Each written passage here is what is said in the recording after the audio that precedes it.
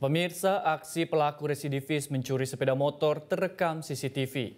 Pelaku yang sudah belasan kali berhasil mencuri di sejumlah tempat di Medan ini terpaksa diberikan tindakan tegas dan terukur.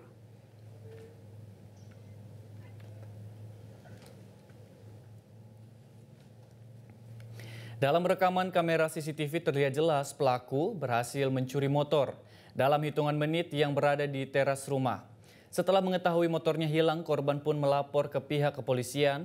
Selanjutnya, petugas yang mendapat laporan langsung bergerak mencari pelaku yang sudah belasan kali berhasil mencuri di sejumlah tempat di Medan. Kapolsek Medan Labuhan, Kompol T. Sibua, mengatakan dalam penangkapan pelaku, spesialis pencuri motor tersebut terpaksa diberikan tindakan tegas. Hal tersebut dilakukan untuk memberikan efek jera kepada pelaku, karena pelaku salah satu penyebab tingginya angka pencurian di Sumatera Utara. Untuk mempertanggungjawabkan perbuatannya, pelaku saat ini ditahan di Polsek Medan Labuan. Sementara itu, pihak kepolisian masih mengejar kawanan pelaku untuk memutus sindikat pencurian motor telah meresahkan pengguna kendaraan.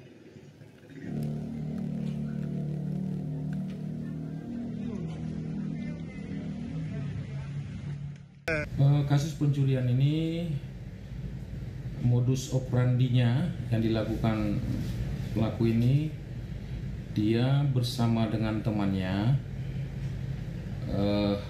pada saat-saat beribadah, itu khususnya pada saat sholat maghrib.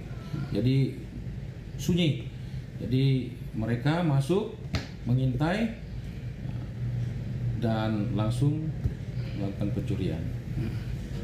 Pelaku ini Pak udah berapa kali beraksi Pak? Kalau pelaku ini berdasarkan sudah yang kami